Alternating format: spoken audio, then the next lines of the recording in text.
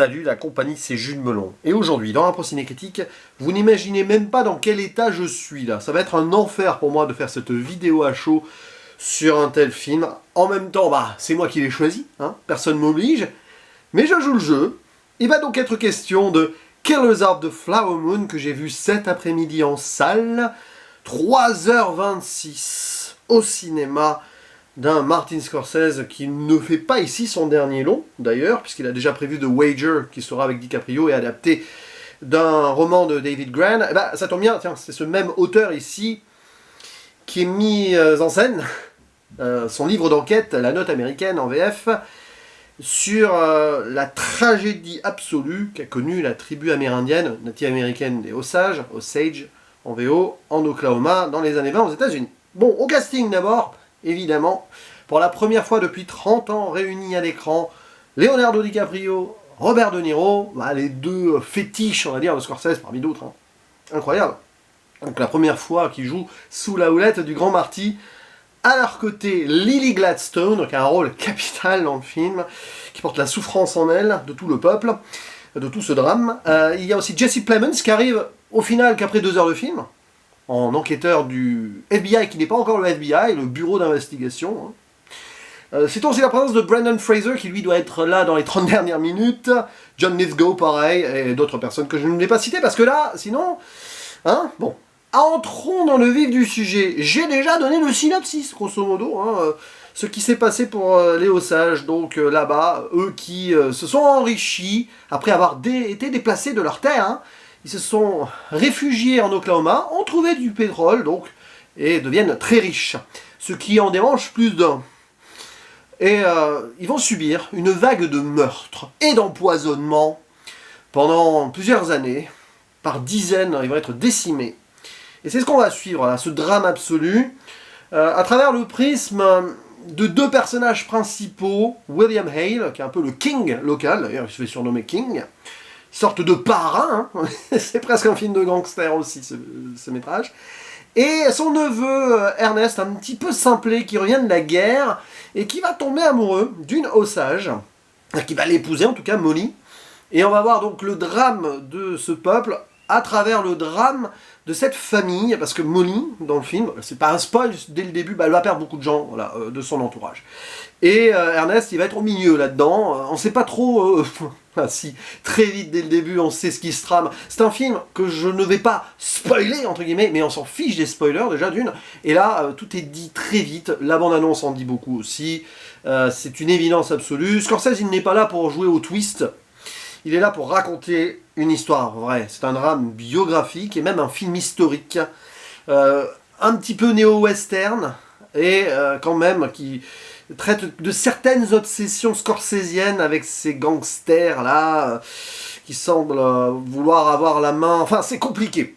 Je vais essayer de détailler après. Ce qui est sûr, c'est que c'est un film sur lequel je ne vais pas donner mon avis définitif. Tout simplement parce que je suis à chaud, mais j'ai envie de donner des pistes de ce que j'ai pu ressentir. Il y a des choses extraordinaires sur le fond, et de toute façon l'histoire de base, j'ai lu La Note américaine de David Grann, est absolument glaçante. Tout est vrai là-dedans. Alors évidemment c'est mis au cinéma, mais tout ce qui s'est passé, oui, ça marque ici, pour moi, l'une des heures les plus sombres donc, de ce pays qu'est l'Amérique, du moins au XXe siècle. Et on voit à quel point l'Amérique s'est construite déjà de base sur des déplacements, des génocides. Et là, on est en plein essor capitalisme. Et il y a toute cette série de meurtres soi-disant inexpliqués, mais étouffés localement, qui font froid dans le dos. Et Scorsese, dans ce film, ce qui est assez fort et qui peut être déroutant aussi, c'est qu'il s'efface de son génie habituel par moment, parce que à certains moments, on voit que c'est Scorsese quand même. Il a ce savoir-faire, hein, vraiment, dès la scène d'intro d'ailleurs. Mais il se met en retrait, ou presque. Je ne dirai pas ce qui se passe à la fin d'ailleurs, je ne vais pas... mais le final particulier, il se met donc au service de ce qu'il a à raconter. Et donc il met sa forme en retrait. Mais dans sa narration, qui est parfois flottante, parce que l'histoire elle est tellement compliquée, et c'est tellement dur, que ça peut désarçonner. C'est un film macabre, sombre, infernal, terrorisant, d'une noirceur absolue, qui pointe le doigt, enfin l'Amérique du doigt, à mort. Et là, il appelle ce pays à faire une rédemption avec ce film sur ce peuple qui a souffert. D'ailleurs, le dernier plan du film, c'est pas un spoil, est consacré au peuple osage, et l'introduction, pendant quelques minutes, est consacrée également à cette tribu. Voilà, on est dans les traditions, on voit comment ils ont découvert du pétrole alors qu'ils parlaient juste avant de la fin de leur peuple. Là, ils croient avoir le rise. Alors, vous voyez, c'est le rise and fall des Osages, un peu le film, hein, plus que des autres personnages. Mais c'est terrible là, ce qu'on a au début, hein, parce que on voit, ouais, ils découvrent le pétrole en enterrant quelque chose qui marque la mort quand même, un calumet, voilà, bon. Et en fait, au-delà de ça, après, ils vont devenir riches, mais ils s'amènent sur eux le pire des destins comme une malédiction, parce qu'ils deviennent riches, ça ne plaît pas aux Américains, blancs, WASP, et ça va les mener peut-être à leur perte, ou pas, mais globalement sur l'époque quand même. Et ce film n'épargne rien, moralement c'est très dur à encaisser, parce que Scorsese, vraiment, oui, il se met en retrait, certes, mais il n'épargne pas ce qu'a fait ce pays à ce peuple. Et on voit donc toute la souffrance, je le disais en intro, notamment à travers le personnage de Lily Gladstone. Il y a un jeu sur son faciès, sur son corps endolori, parce qu'elle souffre du diabète, et tout ce qu'elle peut subir autour à chaque fois qu'elle apprend que des gens qu'elle aime périssent. C'est déchirant, et Lily Gladstone, je le dis, c'est la meilleure actrice du film. Voilà. Parce que De Niro et DiCaprio, on les connaît. Ils sont égaux à eux-mêmes. C'est-à-dire que flamboyants, mais parfois un peu dans la caricature. Et des moments, on joue un petit peu sur leur façon de jouer. Enfin, c'est marrant, on a l'impression que Scorsese, il les rend ridicules et cabotins parce que ce sont des personnages qui sont cabotins dans ce qu'ils font et ridicules tout en étant violents et détestables à des degrés différents selon les deux et selon les moments du film, quoique celui de Niro, bon, hein, quand même. Et on les voit faire... Voilà, hein, les deux font des grimaces et tout. Enfin, il veut décomposer l'Amérique ici, Scorsese. Et t'as pas un personnage blanc qui est positif, si ce n'est donc Jesse Plemons à la fin qui débarque. Parce que lui, enfin, il débarque parce que le gouvernement s'intéresse, parce que sinon ça va être un scandale, tout simplement. Le gouvernement a mis du temps à s'intéresser à cela, mais bon, c'était juste pour la promo du FBI à venir. C'est pas trop dit dans le film, mais c'est plus dans le bouquin. C'est plus, voilà, parce qu'au final, il s'en fichait un petit peu ouvertement des Indiens d'Amérique, comme il s'en fichera de beaucoup de minorités américaines. Et ça, c'est un autre sujet. Et voilà, il y a ça. Il te décortique l'enfer absolu qui est l'Amérique, parce que je dis qu'il est devenu. L'Amérique était déjà infernale, avec le capitalisme en plus. On en remet une couche, sachant que ces peuples ont beaucoup souffert avant, et on le mentionne au début. Et en plus, il met en parallèle ce qui se passe là, avec le massacre de Tulsa en 1921. Il y a le Ku Klux Klan qui défile dans cette ville en mode open bar, etc. Alors que c'était quand même déjà très mal vu, hein, le Ku Klux Klan dans les années 20, mais bon, pas vraiment partout, hein, mais vous voyez ce que je veux dire. Oui, on met plusieurs combats en parallèle, ce qui peut paraître un peu too much, mais non, parce qu'à un moment, il y a un écho de ce qui se passe à Tulsa, donc un massacre terrible hein, de la communauté afro-américaine. À un moment, il y a une maison qui explose, et il y a une dame qui crie « C'est comme à Tulsa !» Bah oui, toutes les minorités américaines, elles prennent cher à une époque aux États-Unis. Et c'est pas encore fini, du tout. Et c'est pour ça que le film est important et qu'il a une résonance. Et c'est pour ça que Scorsese conclut ce film de cette manière aussi, sans que j'en dise plus. Bien sûr.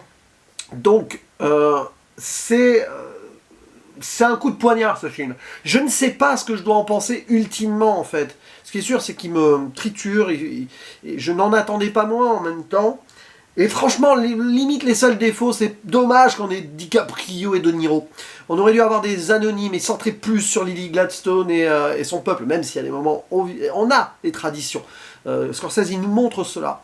Finalement, ça se rapproche par moments un petit peu de Kundun ou de Silence, dans ce qu'il veut contempler d'autres peuples qu'il connaît moins, mais qu'il veut mettre en avant. C'est intéressant ça, parce qu'il emprunte autant voilà, au casino, les affranchis, sur un petit peu ces grandes familles, enfin, ce parrain local qui a quand même la main mise sur beaucoup de choses, avec son Rise and Fall un petit peu en filigrane ici du peuple, ou alors de ce William Hale, King. Mais il met le doigt aussi sur d'autres cultures. C'est un film un petit peu hybride, c'est un Scorsese qui... et on est habitué à le voir dans parce qu'il a fait beaucoup de films différents dans sa vie, dans ces trucs-là, mais en même temps, il est vraiment là, en train de vous conter l'histoire, et par moments, ça sort du cadre du cinéma, mais c'est normal, on n'est pas loin du documentaire, c'est du cinéma, attention, mais t'as l'impression, à un moment, il met des photos, par exemple, je me demande si c'est pas des photos d'époque qu'il place dans le film, c'est à vérifier, sauf, il y a Lily Gladstone à un moment, son personnage, mais je me demande s'il n'y a pas aussi ce petit truc-là vers le début du film. Il y a des moments aussi violents à la Scorsese, mais c'est en retenue, et puis c'est très vite. Il y a des moments un peu gore, comme ça, 2-3 moments comme ça, mais c'est un Scorsese qui, ici, a vraiment voulu raconter la grande histoire, et dire quelque chose de son pays. Et là, il y va pas avec le dos de la cuillère. Et là-dessus, c'est bien. Même si ça aurait pu être plus abouti, mais il y a le star system DiCaprio, De Niro, qui parfois peut être gênant dans cette approche-là, parce qu'ils jouent, ils sont très bons. De Niro, il est détestable à souhait, c'est super, quoi. DiCaprio, bah, si vous l'aimez, vous allez l'aimer, même si parfois, bon, un petit peu Lou Wall Street, quand il en fait trop, bon, moins, mais voilà, ou Aviator, si vous voulez.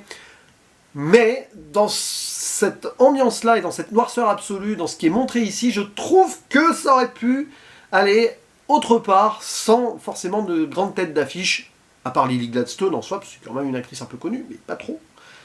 Mais voilà, parce que parfois ça phagocyte un petit peu, même si ça donne lieu à quelques face-à-face intéressants dans les ténèbres vers la fin, un petit peu, tout ça, et la façon dont le personnage de De Niro utilise son simplet de neveu qui est complètement embrigadé, etc. Il y a tout un truc sur la croyance aussi, hein, il y a ça, parce qu'il est catholique, mais il est franc-maçon aussi, le personnage de De Niro, il y a ça, et puis on a des Indiens qui ont leur croyance à eux, mais qui sont aussi chrétiens, et un mix des deux, ça raconte des choses là-dessus.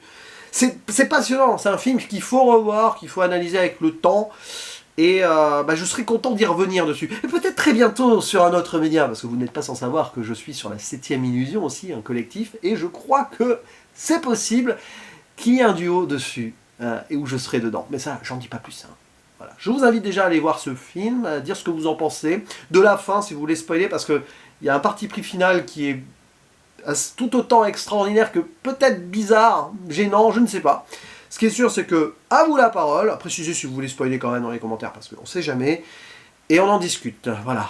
Désolé si j'ai oublié des choses et tout, mais c'était mon rapport très personnel à ce film, presque à chaud, très à chaud, voilà. Je vous dis à la prochaine, ciao.